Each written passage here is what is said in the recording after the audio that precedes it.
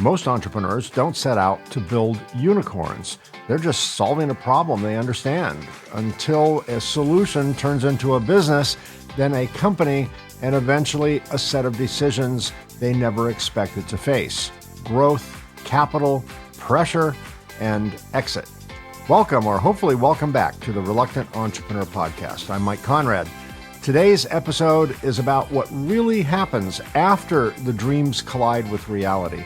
On this episode of The Reluctant Entrepreneur, I'm joined by Spencer Dennis, a former competitive golfer and coach who didn't plan on becoming a tech founder, but went on to build, scale, and exit a global sports technology company. Spencer's journey took him from coaching athletes on the fairway to navigating boardrooms, venture capital, growth expectations, and acquisition decisions that many founders misunderstand until they're living them. We'll also be talking about his provocatively titled book, How to F a Unicorn, and why he chose such a blunt name to describe the myths, mistakes, and hard truths surrounding startups, unicorn thinking, and exits. This conversation isn't about hype or highlight reels. It's about what building a real company actually looks like, the trade-offs, the pressure, and the lessons that only show up when the stakes are very real. If you're building something, scaling something, or questioning whether the path you're on matches the outcome you actually want, this episode will give you a grounded, experience-based perspective. My conversation with Spencer Dennis begins right now. Stick around. Something tells me this is going to be a good one.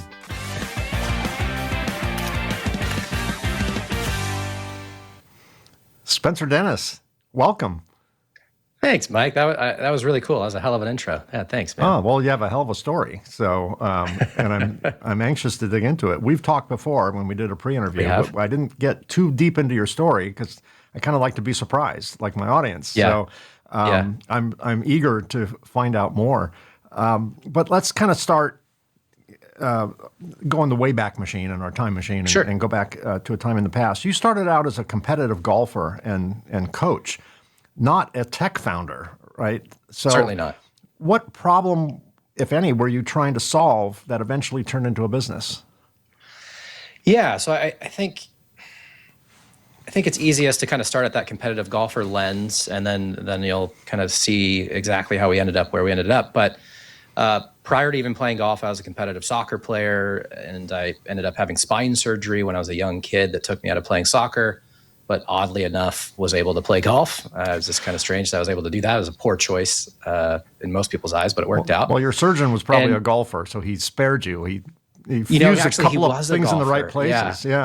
Yeah, he was a golfer, and he said, okay, you can do it. And so I started playing golf competitively, got good pretty fast, ended up turning professional, and had a very intense, short-lived professional career because, unfortunately, the after effects of having a spine surgery, I ended up getting neuropathy in my leg and I couldn't walk for a while. So that led into the coaching world. But because I had lived this very high performance athlete journey, and then I started helping other athletes do the same, my career in the coaching space blew up pretty quickly just because I had that credibility. And I worked at a high intensity academy where kids would come from all over the world and train and live with us. Parents would spend ungodly amounts of money to make that happen. I then left that world and started working with tour players and collaborating a lot with other coaches and college coaches and all sorts of folks. So when you are at a level where you're working with people that really care and are really passionate and they're performing at such a high level, collaboration is a big deal. You're working with a lot of other coaches and trainers. Also tracking that progress and staying in touch and helping illustrate practice plans and all of that stuff is super, super important. And in doing so, now if we talk about 2011, 12, 13, right around there, I was coaching 30 or 40 hours a week and then emailing, YouTubing, texting, using all these other tools, another 30 or 40 hours a week. There was no dedicated place to put all the information. There was no dedicated place to communicate. Definitely couldn't collaborate with other people. And I was making great money working with these fancy people, traveling all around the country, going to tournaments. But the problem was I was just burning out. And I honestly was about to quit coaching, even though it all looked good on the outside. It just was not sustainable. And I'm the kind of person that once I see something, I can't unsee it, in the sense like I know there was a problem, so I couldn't unsee it and just kind of keep ignoring it. But luckily, a couple of buddies of mine were deep into the world of technology. One had already sold a company. The other was working in the earliest days of cloud computing, which we all take for granted today. But just a short 13 years ago, the cloud wasn't something that people were even really talking about or using. Sure. So we were very lucky to be at this kind of inflection point where social media was becoming more acceptable in the coaching community. Cell phones were getting better and better cameras, so you didn't have to have what I had, which was a huge ass camera wired into a laptop and then burn someone a CD that they never watch. We could talk more about the old days. You were like a traveling CNN crew or something, right? Yeah. The amount of equipment you needed back in the day just for simple coaching was wild.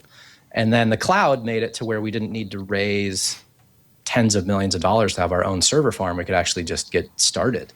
Yeah. So a lot of things to unpack just even in that little bit that I've shared, but I stumbled into this tech thing because I just needed to coach better. And then eventually my goal of coaching better led into building something that a bunch of other people ended up using. And I found myself as a startup founder and CEO and raising money and that whole thing. It's a rabbit hole. Yeah, there's a lot there. Yeah. You know what I find ironic? Every year for the last 8 years, I speak once a year to graduating engineering students at Dartmouth College.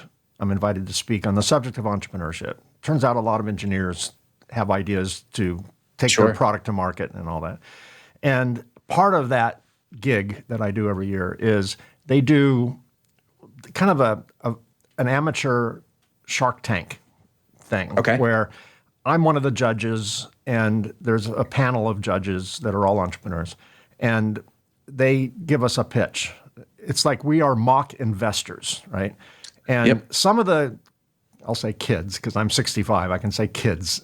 Some of the young people actually have started a company while they're in college, kind of Mark Zuckerberg type people, right? Yeah. And some of them just make up a company and do a fake pro forma and all that stuff. But one of the things that I always found disappointing, frankly, is the entire business plan is about the exit strategy and raising capital. Yeah. And what's lost in that is a passion for a product or a service or a solution to something. And I built my company.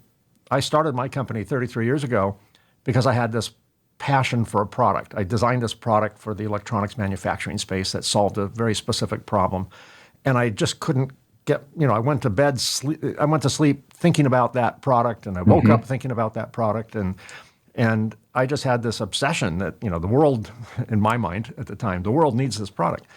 I didn't even think I knew the term exit strategy, right? That to me is maybe a slightly more modern term, right?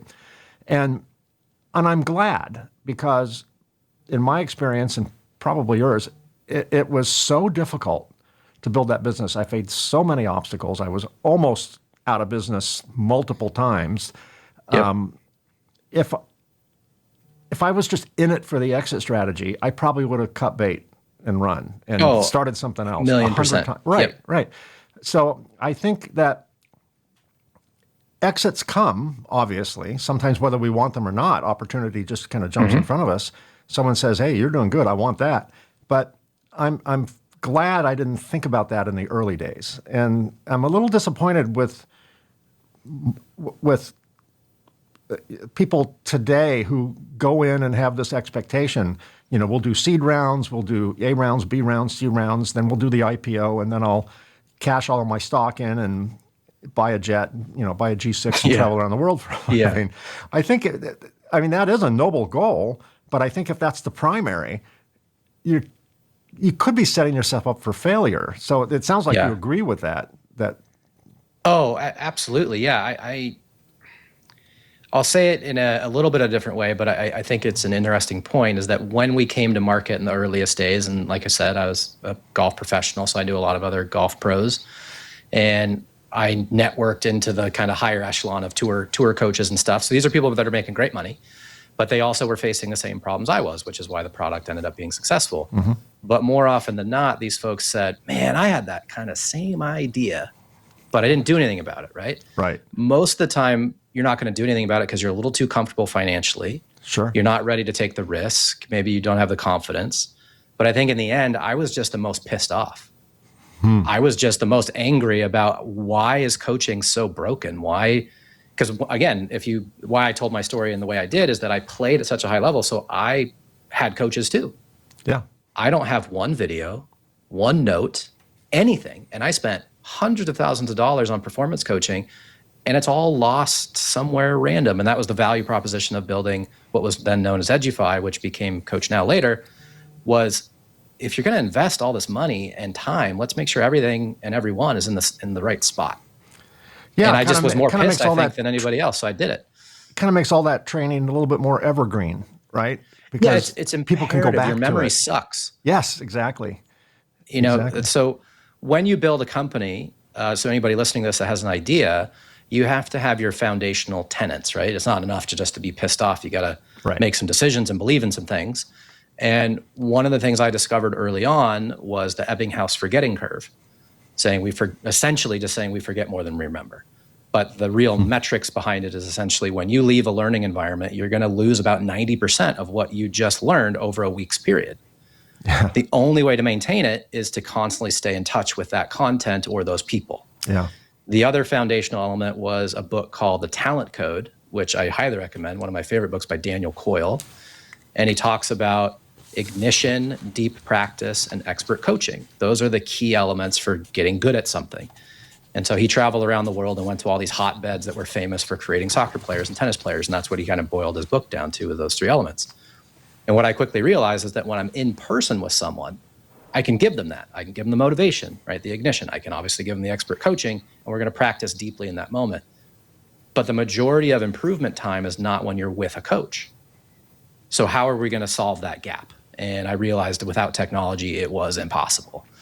And so the vision my co-founders had, if anybody's seen The Matrix, is when Neo's in that virtual training space, getting all the stuff, right? Learning all the things.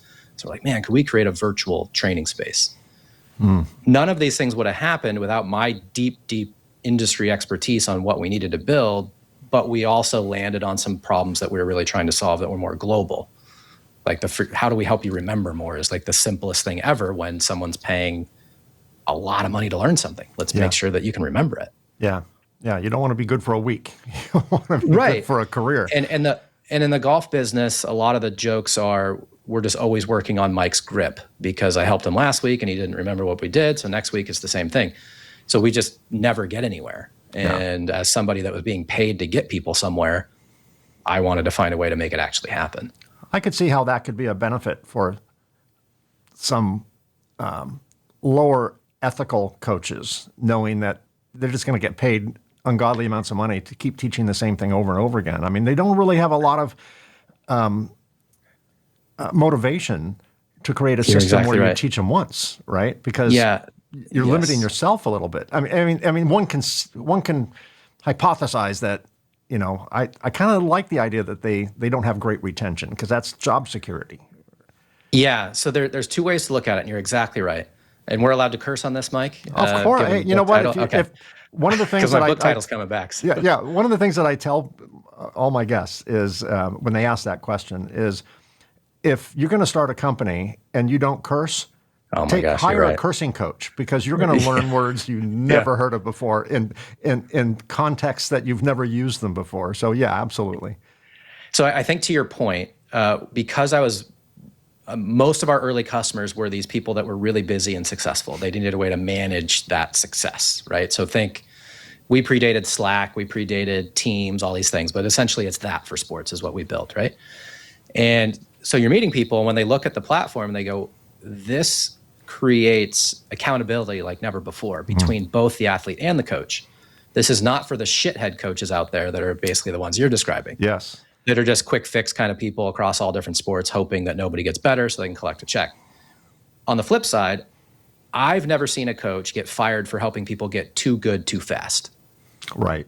Right. So let's just do that. That's what you're hiring for. And when you're working with pros, you're going to get fired if you don't help them get better. So It depends on the audience that you're serving, of course, too. You can be a shithead coach and serve somebody that doesn't really give a shit either. But when you're working with people that's livelihoods are on the line, so is yours. Yeah, I love that business model. That's a long-term strategy, not a short-term strategy. All coaching, any development, consulting, anything that you're doing, it's a long-term development program. It's got to be. Things don't happen overnight. Absolutely. At what point did you realize that this venture was no longer just a coaching tool, but a company that needed to scale? Well, I will say I think it was pretty early because my co-founders had seen the other side of this. And they were actually my best friends since third grade, which was just a unique place to be where everyone was just doing their own things. But one had built one of the earliest shift solutions tools for online shifts.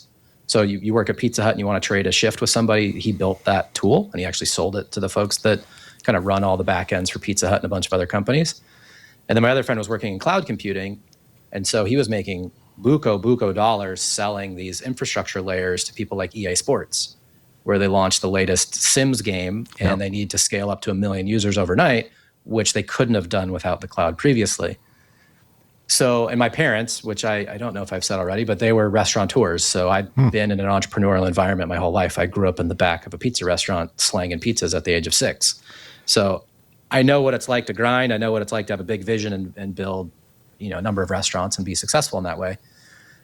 So I always am somebody that has this entrepreneurial big vision, but I fully didn't understand the road that it was going to lead me down to get there. And in some cases, had I known how crazy difficult it was going to be, I may not have done it. But that's where that ignorance side is, like you said, Mike, earlier about your business. It's if you're in it just for the money or just the exits, I don't think you're going to make it because it's way harder than most people think it's going to be. Yeah. And the landscape is changing every day. I like the meme. We've all seen these memes in the past of, this is what I think I do. This is what my friends think I do. This is what my parents think I do. This is what I really do. And they're completely four polar opposite ideas of what we do. There is a perception that causes me as an entrepreneur to feel a little bit screwed, in that if I do really well, people will go, "Oh, that was easy," because you're your own boss. And if you fail, you were stupid. You were a fail. You are a failure. There's not. You don't get a lot of accolades positive when you do well, because people think, well, he's a prima donna. He's, you get to write your own checks. You get to be your own boss. The checks I write, particularly in the early days, did not go to me. They went to everyone else. And when people say, well, you don't have you don't have a boss, you're your own boss. I'm like, are you kidding me? I report to customers, vendors, employees, the government, the weather, the economy, technology changes that could make my stuff obsolete tomorrow. I report to everything and everybody. And you're right. It is a difficult and super rewarding path.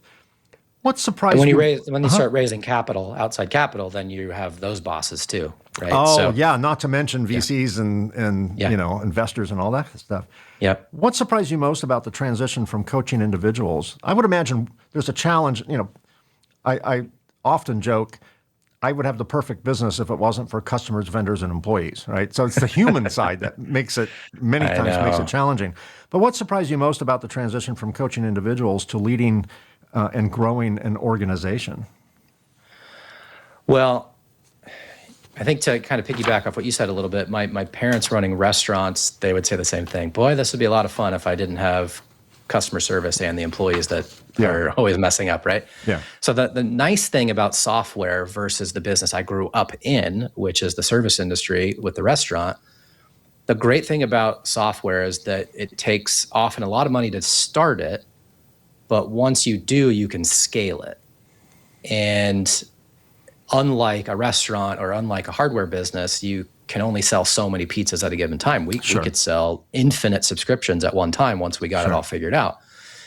And when you're a coach, going to your original question, I think you get really good you inherently just create leadership skills that maybe you weren't aware of. Because I think any great CEO or founder or anything else is a coach of their people. Sure. And you want to empower them. You want to give them the tools to be successful, but ultimately they got to go out and run their race. I think the companies that fail more often than not, or at least have a lot of turnover and just shitty culture, is because it's more of a dictatorship rather than a coach. Yeah. Right. And I think anybody that has coached or played sports at a high level is likely going to be a better boss or leader than somebody that hasn't done those things, because there's just such a large human component to moving people forward into your company and having this shared belief and this vision, even when times are tough.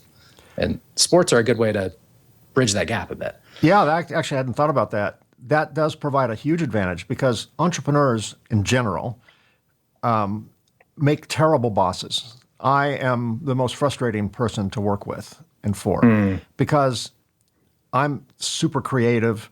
I am very easily distracted. I've got a ton of passion, and I will constantly stop whatever I'm doing and chase the shiny object in the corner. And Sure. I don't have the same passion to complete everything I start. And I'm like, in the middle of something, I'm like, ooh, there's another idea. And I want it all, right? So that's kind of an entrepreneurial mindset, that you could turn anything into a business, right? Right. Which is generally not accurate, but in my head, it drives me. And it drives my staff crazy. My staff would get super frustrated every time I would go on a vacation. We go to Mexico every year, Cabo San Lucas, which is only 2 hours flight from where I live in Southern California. Yeah. And I would go there for a week, and for a week I'm just sitting in the pool, smoking cigars, drinking cocktails, and getting ideas all are this flowing. inspiration. Oh, they're flowing like crazy. And later in the afternoon, the ideas get pretty gnarly, and not quite as lucid. But I come back and like, all hands, conference room now, right? And they're just like, oh my God, here he goes. We're going to have to listen to all these crazy ideas and, shoot down half of them. But I think the fact that you began your journey as a professional golfer and then a professional coach taught you the human dynamic, and the entrepreneurial drive didn't necessarily negatively affect how you deal with people, because you were a people first person, entrepreneur second. And I was running my own coaching business, right? So the entire time I'm coaching, I've got to grow the business, market it, create the right offers, et cetera, et cetera. And growing up in the restaurant business, I saw that side too. So entrepreneurship wasn't this, oh, I've worked a 9 to 5 for 30 years, now I want to be an entrepreneur. Like a lot of people's stories is more of, I had no other choice but to be an entrepreneur. I think I'm unhireable in a way. I wanted to do it my way. But the benefit, I think, of coming from that background versus kind of what you're sharing, Mike, is that in order to get really good at one thing, you got to focus just on that one thing.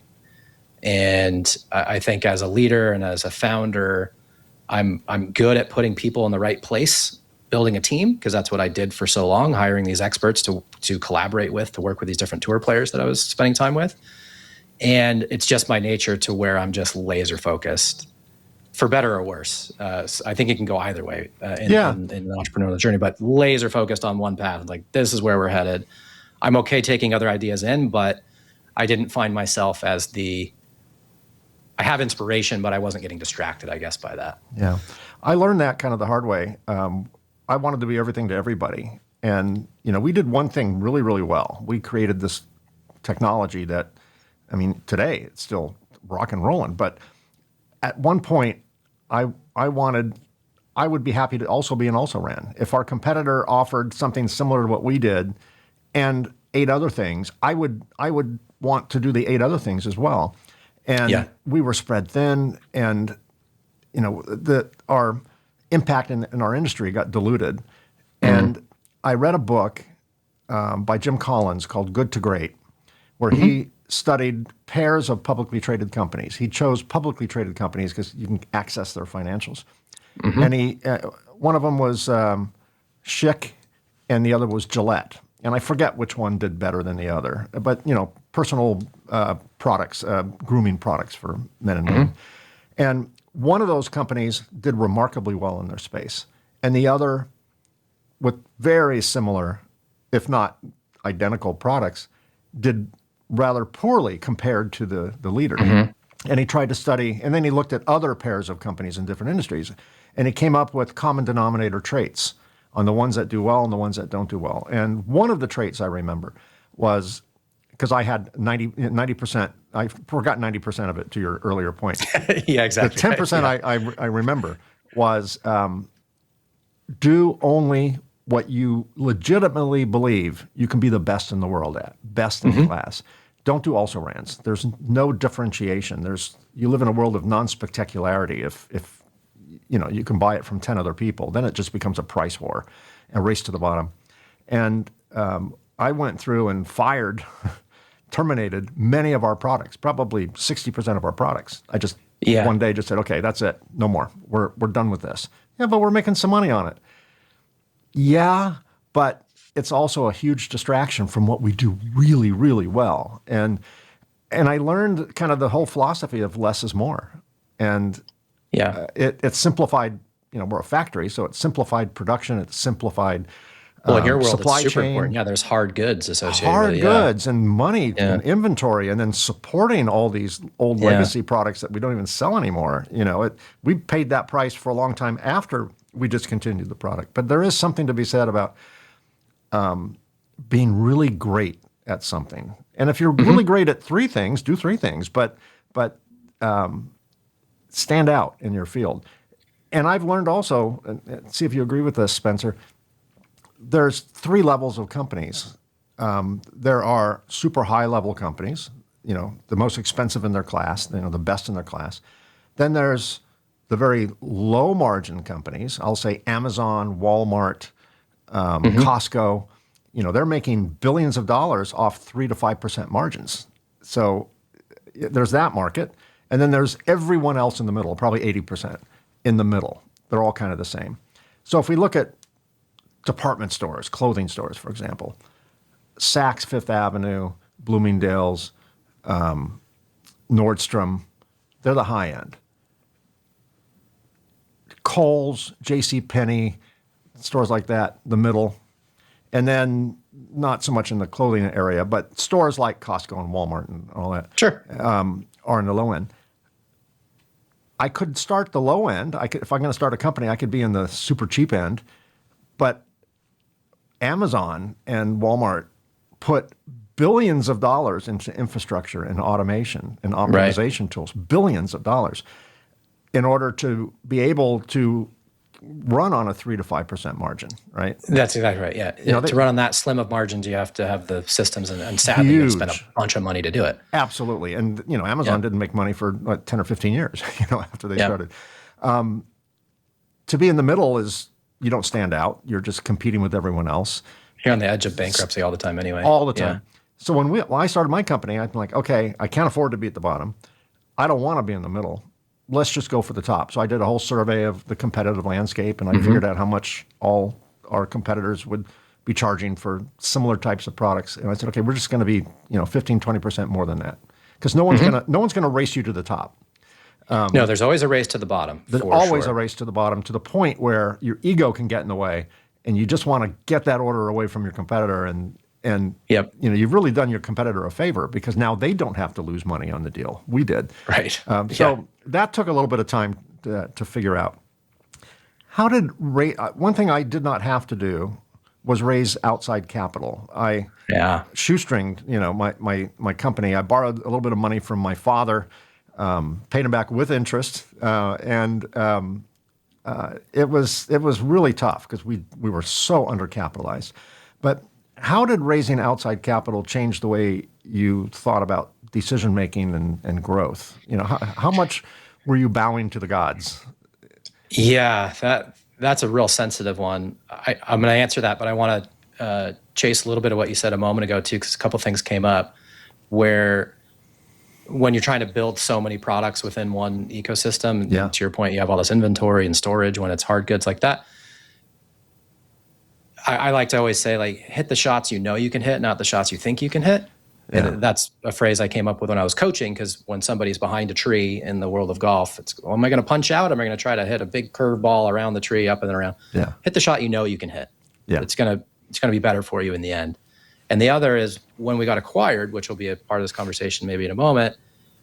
When you have so many people working on so many different things, this attention residue is a real issue, where you just have a little bit of attention on so many things and you can't do anything. You're almost paralyzed every day because you don't know where to start. So that leads into the raising capital side of things, because now when you raise money, you're not only raising money, but you're bringing in a lot of opinions with that money. And very rarely is someone ever a silent partner where they just give you capital and say, good luck. Yeah. Angels aren't always angels. Yeah.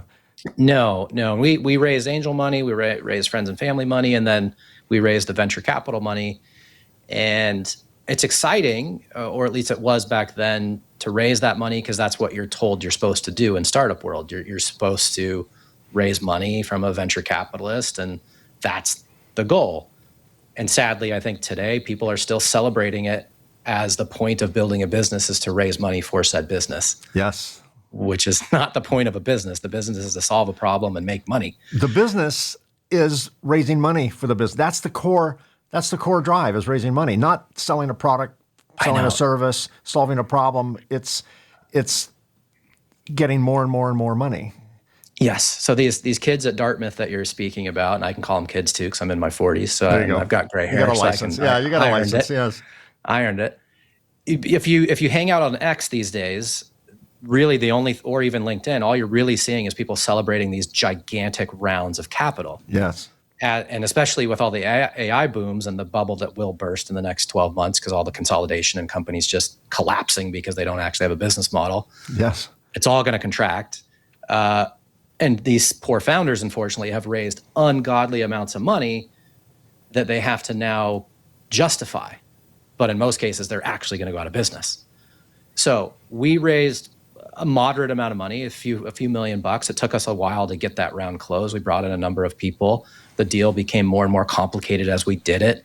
Previous to that, there was some convertible notes that were happening. And then after we raised the seed round, or the seed/Series A round, for a priced side of things, and we ran out of money again and had to do more convertible notes. So all these different mechanisms that come into play when raising money, which nobody's talking about when they celebrate this money. Yeah. They're not talking about, I raised 70 million and the actual deal is super fucked up. Yes. It's more of, I did it, and nobody's going to talk about the mechanics of it, because at the end, when it comes to being acquired, which I went through 2 acquisitions, which is super rare, where I got it acquired once, stayed with the company, and that thing got acquired again. I rode that entire wave. And when you're too busy celebrating the capital raise and then celebrating that acquisition, it all sounds great, and it's cool in the end. But what I care most about nowadays is what actually hits the founder's wallet. Right? Because having gone through it, I still have a lot of upside tied into the folks that acquired me. So I wish them well. I hope they do something so I can get paid. But in the startup world, a lot of people don't understand how acquisitions actually happen.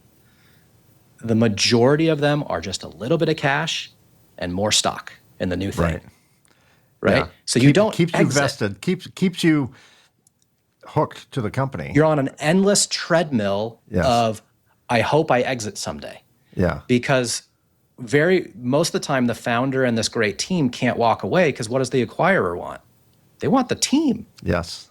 It's rare that it's just the tech, especially in software. And maybe in some other manufacturing thing, I could just give you the tech and you plop it in. But in SaaS, especially in the business I'm in, where there's actual human users on the other end of it that are running their businesses using it, they value the people, they value the support, they value the product decisions that got you there.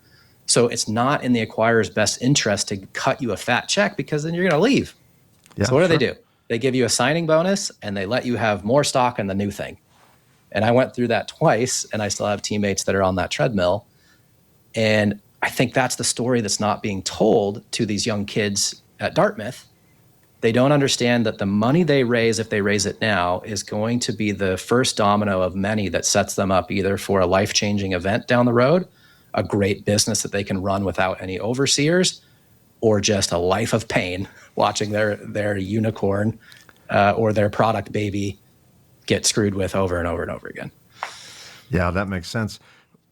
Was there a moment where growth started to feel more like pressure than progress? Yes. So when you raise capital, you are committing to certain growth targets. That's just the reality of it, because they want to see a return. And more often than not, when you raise that money, they're attributing these KPIs, key performance indicators, based on things they've heard are important. And why I say it like that is that every business should have its own KPIs. What makes that business hum? What is the story of that business? Right, very unique. One KPIs. piece of software, yes, one piece of software is not the same as the other in the sense of like what makes it a healthy business. You want to look at the usage. How are they using it? What buttons are they pushing? What value are they getting at it? Those are the KPIs that I would suggest you report on because it's unique to your business. Less about in software where it's monthly active users, daily active users, your ARR, your MRR, your churn rate, your blah, blah, blah, blah, blah. All these acronyms that especially young venture capitalists come out of school just thinking this is what we say because they've never operated a business. They've inherited money or inherited a job and they go, well, tell me about these numbers. And that doesn't give you the true story of what that business is. Right.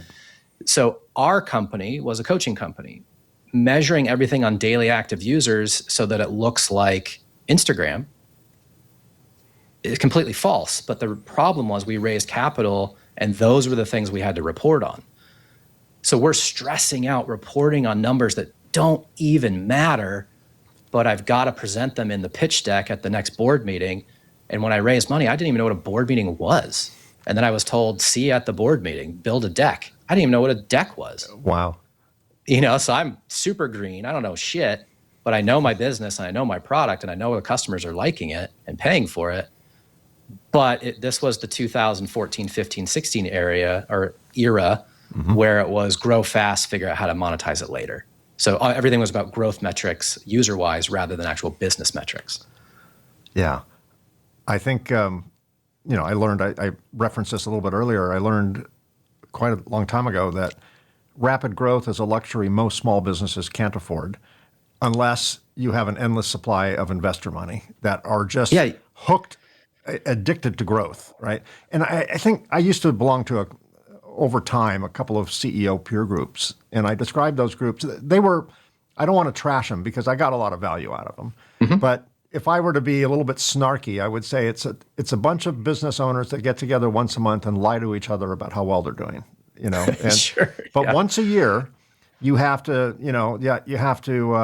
bend over and cough. Once a year, we have to bring in our financials and put it up on the screen and share it with all the other founders. And their motivation is to find everything wrong, which is not hard to do. But the number one question I would get asked every single meeting is, what are you doing to grow? What are you doing to grow? And if I grew 4% one year, they would be like, okay, that's nothing. That's a rounding error. We need double digit, maybe triple digit growth. I mean, we were expected to grow nearly 100% year over year somehow magically. It's like, how the hell are we doing that? Yeah. Well, I think what I've concluded is rapid growth with limited budget is a luxury most small businesses can't afford. Because you'll go out of business chasing the 100%. growth. We might be profitable. The numbers would look That's good, not good but enough, the numbers only make sense once everything is done. Once we shut down and all the money comes in and we stop putting money out, that's when it makes sense. In real time, cash flow was king. And I chased cash flow forever at the expense of profit and other things. I just needed to cover payroll next week, right? So I think there is a certain seduction of growth. And I'm imagining that investors are just like, grow, grow, grow, grow, grow. They don't want to have something that's static. They want something that's going to grow and all that. But if they demand growth, they need to be putting up the money to fund that growth. Way more. Yeah. And I think that's the push and pull of the founder and the investor is do more with less is always the thing. Hey, I gave you some, just figure it out. And I'm like, well, if I need more to hit the numbers that you're talking about. And having grown up in the restaurant business, my dad didn't go talk to a fancy investor. He went and talked to the bank. Right. Give me a loan. And my dad's joke today is that he gets offered money all the time when he doesn't need it. Of course. Right? He needed it then. He doesn't need it now. Yeah, I get all these spam emails. It comes into my text now, that, you're pre-approved for, $1 million line of credit, just signature only or whatever. And I'm like, where were you 33 years ago? Right? That's exactly right. So when I look at the startup landscape today, and I'm not going to be talking about the open APIs and all these other things that are okay losing trillions of dollars and just moving forward somehow, but the majority of the startup space, whether it be software, hardware, a combination of the two, these tech investments, I can't just encourage everyone enough listening to this. If you're in those industries, try to build it as a real business. Yeah. Make money. Yeah. Get cash flow. Figure out how to work with your profit. Then reinvest said profit. Like, don't always chase the outside capital, because right now in my real working life, after leaving the company that I built, I'm working with dozens of startup founders in these various athlete performance spaces. So I'm seeing this journey all over again. And that's a part of my coach personality, which is why I'm doing this, because I love just the coaching aspect of this, just different arena, is helping them understand if you want to raise money, I guess you could, but now that's your full-time job. Yeah. It's going to take you 6 to 12 months to raise that money. It might be better spending 6 to 12 months actually making money. Yeah. That's yeah, what I agree. I think there's a place for it. We wouldn't have AI technology without investor money, as you pointed out. OpenAI, clearly the leader in that space at the moment. Yep. They're willing to do that. Amazon, Jeff Bezos was willing to lose money for a long time because he knew he was building something ultimately that would be great, and that's an investment they're willing to make, but they are unicorns in a sense. Exactly right. Yeah, we all can't be fooling ourselves into thinking we are those people. Right. When at our core, most of us want to be just great entrepreneurs. The business will be whatever size the market dictates, right? Because if you're building Amazon, it's an everyone product. Yes. If you're building something in the sports coaching space, like I work in the sports tech space, there's a subset of that. And if you want a niche within a niche within a niche, let's be thoughtful about your total addressable market and what you're capable of getting and what people will pay. And you got to run those scenarios to the ground so that you understand what capital would be required and how fast you can turn the money button on and all these things that make it an actual dream worth chasing. Sure. So you've been through more than one acquisition. Yeah. What did you misunderstand? You said a few things, but what other things did you misunderstand about exits before you experienced one firsthand? Well, did you think they were just going to deliver a Brinks truck full of cash and say, "Hey, nice dealing with you. Enjoy your life"? Or yes. So that's a great visual. I think in the early days of building it, we're raising capital. The story I'm telling myself and maybe being told is that you get that acquisition and you're off in the sunset. You get a bunch of money and you could keep working on it if you want. Not the case in my case, and not the case in the majority of people that I've met over this long journey that I've been on. So I misunderstood that. I am a bit more of a logical person when it comes to let the people do what they're good at side of things. And when you get acquired, often that's not what happens. When you're dating, in the sense of we're all courting each other, whether this acquisition is going to happen or not, the acquirer, which I've been through both, will say, I'm just going to give you the money and the resources. You're the expert. Your team knows what they're doing. We're just going to pour gasoline on this fire, right? I think they want to believe that, but the reality is once you get into their universe, they're now the boss of the universe and they want their opinions to be heard and they want to make the decisions. It sounds a little bit like a sleazy guy's line is, I respect you and I'll love you in the morning, right? They're saying all the right words to seduce you. And then the next morning, everything changes. Yes. So there's, and the easiest comparison is what is life like during dating versus marriage? It's not the same. It's not always worse. I'm just saying it's not the same. It's different. Yeah.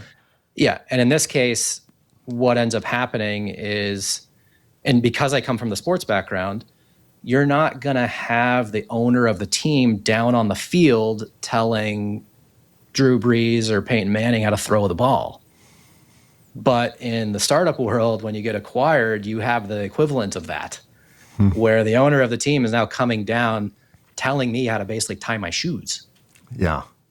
That's a huge fucking problem. Yeah. And that's why the majority of acquisitions don't go the way people want. The split that I always see, and I live through it, is basically 1% of the time people are high-fiving, oh, I love you, this is great. The other split is the founder does their vesting and I'm out, see ya, this was horrible. Or the acquirers fuck it up so badly they give it back to the founder and say, please don't leave, please fix it for me. Sure. And I was on that side. It was more of like, oh, well, we tried and we failed, and now you can have it back. Yeah. Yeah.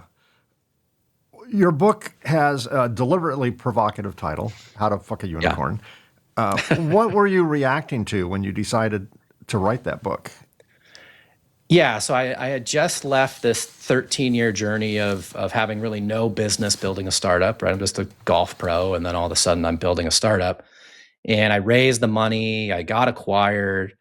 And I think you asked the question earlier, Mike, did I see this as a big business? And the truth is, when my founders and I built this, we saw this as a $1 billion thing, because every teaching environment needs to improve outside of the K through 12. And you could argue K through 12 needs to improve too.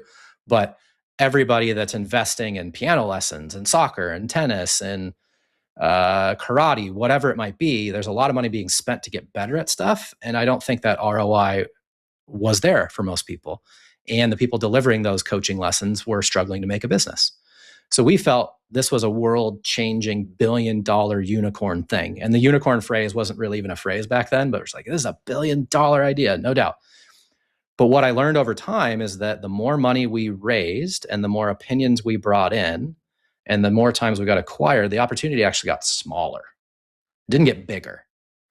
And I think that's contrary to what most people would think, is that the more money I bring in, the bigger the opportunity can be. The problem is the more money, the more opinions, the more people trying to steer the ship. You could almost look at it like the Titanic, and everyone's got the wheel, right? They just can't go anywhere.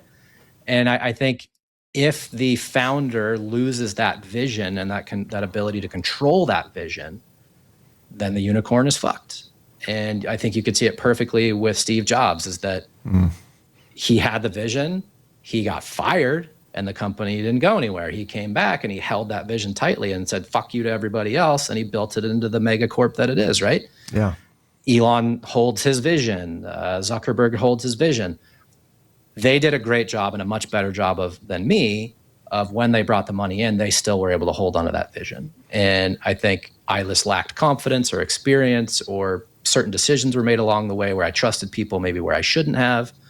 And that unicorn got fucked. Now, by all accounts, is it a big business and a great business? Yeah, it's the #1 coaching application in the world. Famous people use it all the time.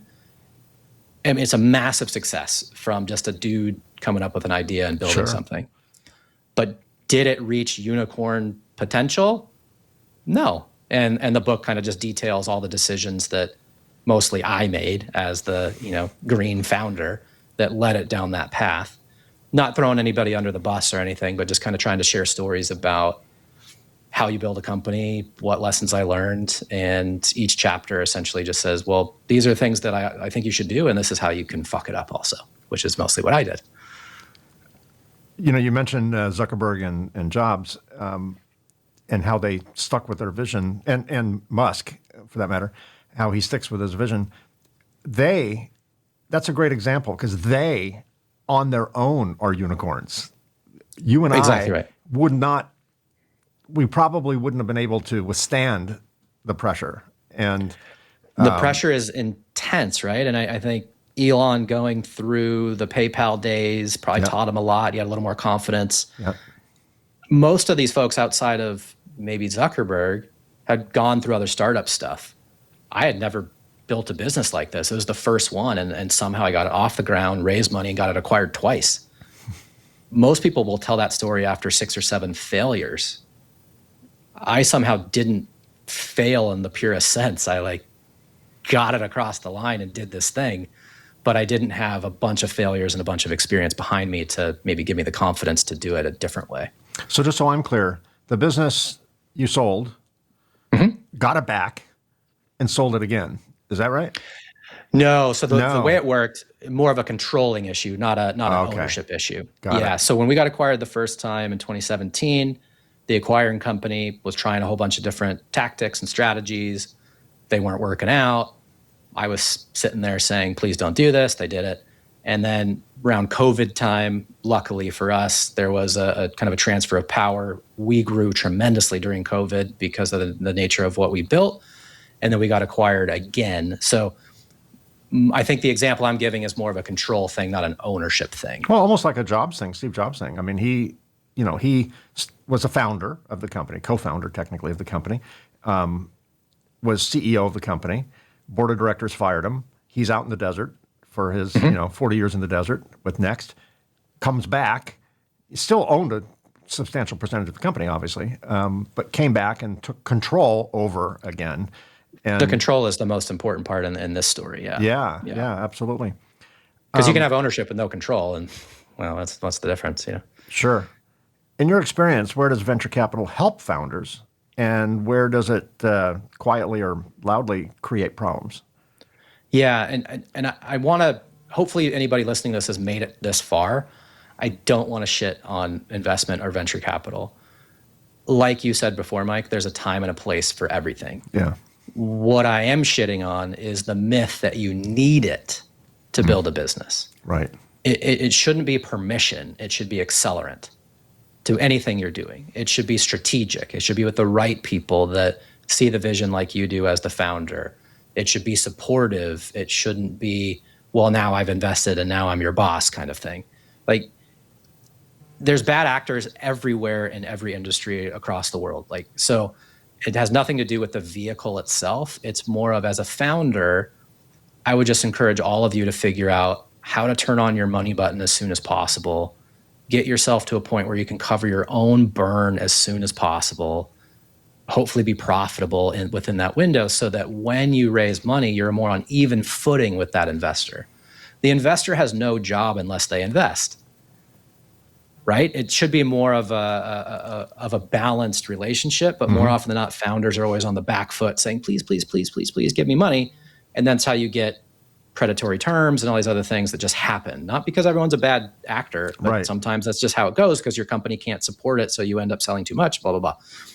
So I'm just saying to anybody here, just try to take the reins, try to get as far as you possibly can, and then find the right partners to help you grow if that in fact is the move. But there's no harm in building a business like you did, Mike, that's a real business. Just, it gave you a lifestyle, it supported your family. Like, not everything has to be a giant unicorn either. Right. I think, I had to recalibrate my expectations. And I think maturity, time, perspective, altitude, makes it really clear. The decision I made for my company is unique to me and unique to my company. And That's exactly right. It turned out to be a great outcome, not at the expense of anyone who does it differently. If you do the Silicon Valley approach, one of my favorite sitcoms was Silicon Valley. It is incredibly accurate. Yes, I got the impression. I didn't know, but I just got the impression this seems way too real, right? Can I tell you a quick story? Because I know we got to wrap up. Yeah. But if anybody has watched that show, and if you haven't, please do. It took me years to watch it because it was too stressful to watch it because I'm living it. I'm PTSD. Going, oh my God. I'm like, wow, this is a joke, but it's actually real. So they have a scene early on in that series where they go to a toga party. And Flo Rida is performing at this toga party. Yes, I remember that. And the famous investor who is slightly on the spectrum is there and totally out of touch and whatever else, right? So I went to one of those almost for exactly. It wasn't a toga party, but I went to this huge conference room, ballroom, and one of the most famous investors who was an investor in my company through a satellite fund gets up on stage and he starts rapping. Hi, my name is, and I'm here to say, da, da, da, da, da, da. And it was the most uncomfortable moment cringeworthy, that you could imagine. Super cringe, and myself and these other young founders are sitting at the table going, where are we? But the reason he's rapping is because Will.i.am from the Black Eyed Peas comes out on stage and starts performing and talking about startup stuff because he wanted this famous investor to invest in his, as he was calling it, his Dick Tracy watch. This predated the Apple Watch. Yeah. Right? So I'm just saying you have these two worlds colliding, each one trying to be something that they're not, so that they get something out of each other. And we're in the audience watching it happen. It was just so surreal, so gross, And so each weird. side was a fish out of water, right? Each side. Totally, but also trying to like manipulate each other. One's trying to be cooler than they are. One's trying to be more techie business than they are. Yeah. It's just so weird. Wow. Yeah, that would be something. Just a few more questions, because we are, as you mentioned, starting to run short of time. For founders early in their journey, how do you balance ambition with realism without killing momentum? Those are three different dynamics. Yeah. Well, I don't know if I'll answer this perfectly, but I think the basis of building anything, you're going to have much better success if you are the user number one of that particular platform, so that you're more grounded in the reality of what's possible, because you know the problem that you're solving better than anybody, and you would be the first customer of said product. So I think if you're living in that space, you're going to have a much better, healthier balance of, man, I can really see it going somewhere, and I really understand the problem we're solving, and I know the people that we're trying to help. And I think if you are grounded in solving a problem that you know better than anybody, that kind of balance will be easier to have. I think if you are someone that's just sitting around on your couch trying to come up with an idea to make a bunch of money and make a business, you're just going to be out of whack the entire time, because you just don't really have a North Star. Yeah. Yeah, that's wise. If someone listening or watching feels trapped by the company that they built, that might sound familiar to you. Yeah. What questions should they be asking themselves right now? That's a really good question, because there's this fallacy of sunk costs that we all deal with. And often you can feel like you're just too far down the road to give up or to move on to something else. Or you feel like you're responsible for a bunch of other people.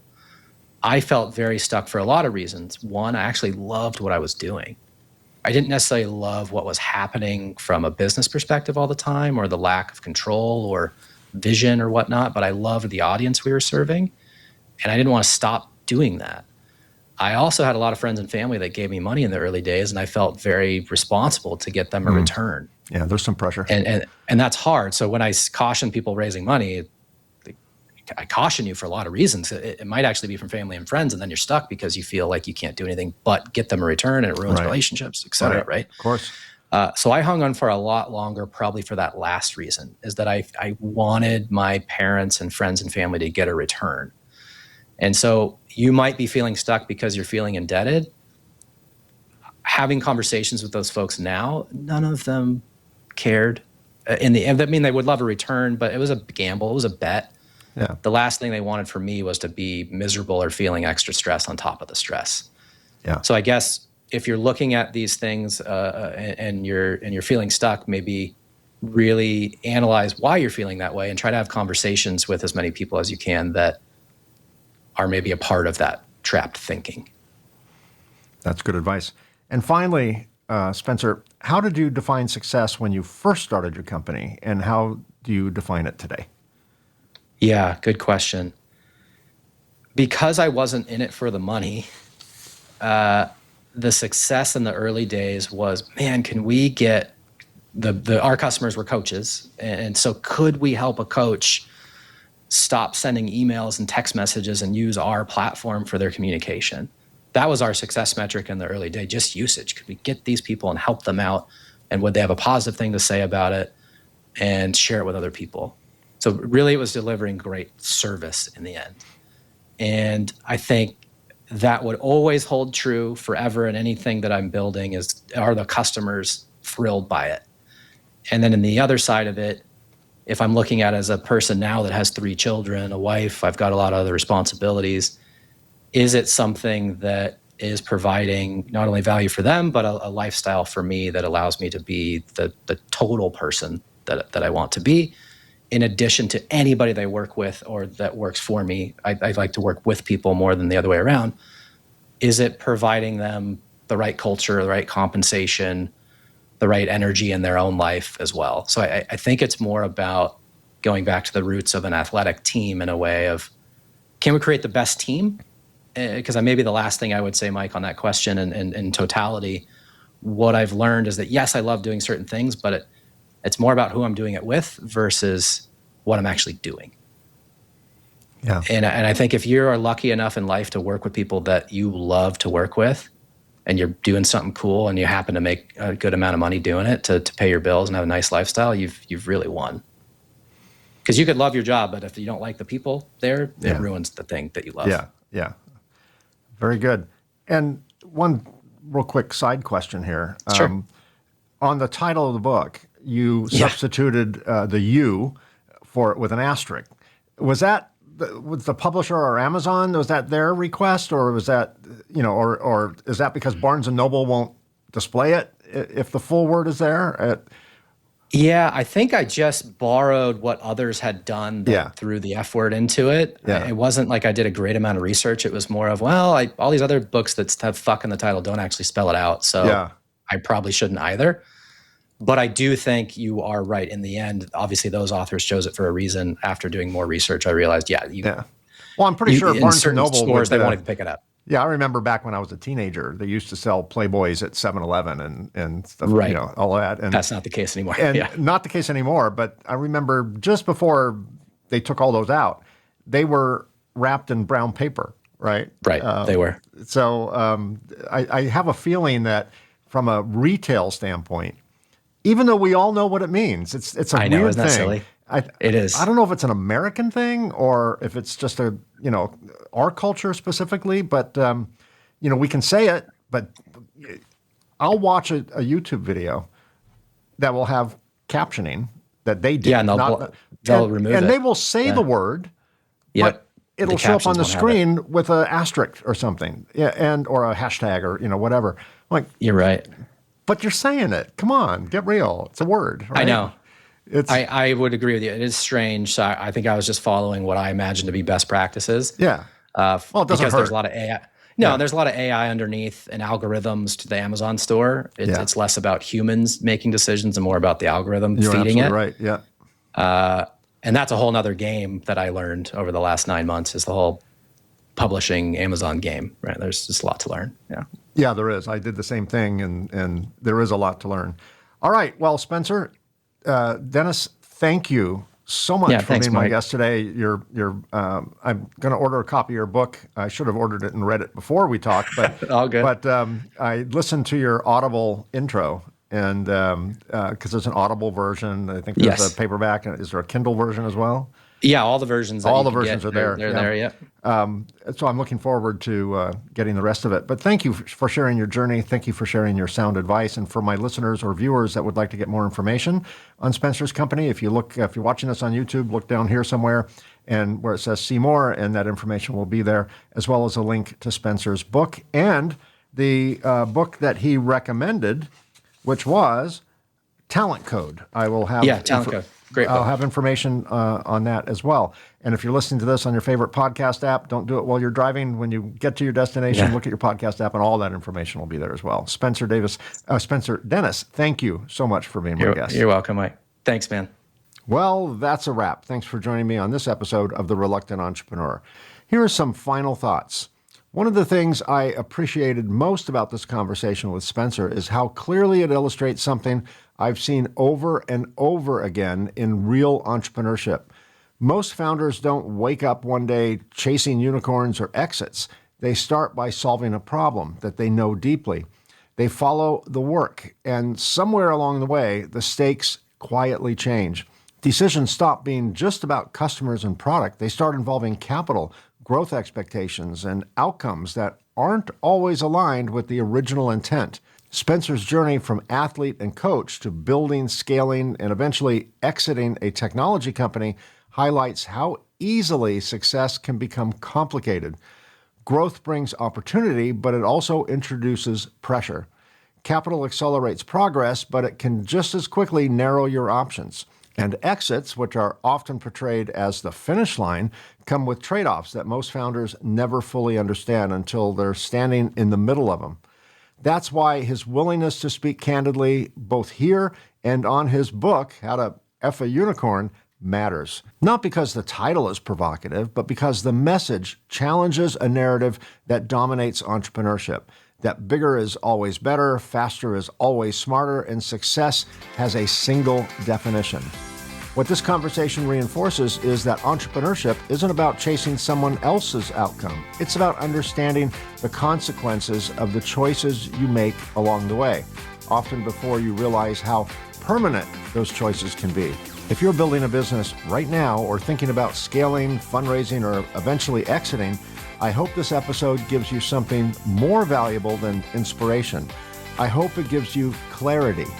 Because in my experience, clarity, not ambition, is what allows entrepreneurs to build companies that serve both the business and the people behind it.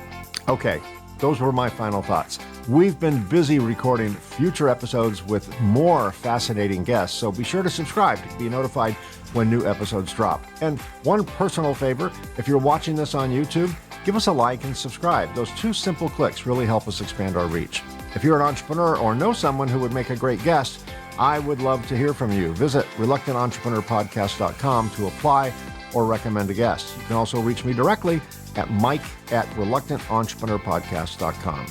And, of course, a quick shameless plug. If you're interested in my book, The Reluctant Entrepreneur, Anatomy of a Business Startup from Uncertainty to Unstoppable, it's available in paperback and Kindle on Amazon and as an audiobook on Audible and Amazon. Thanks so much again for listening or watching. Until next time, be unstoppable. I'll see you again soon.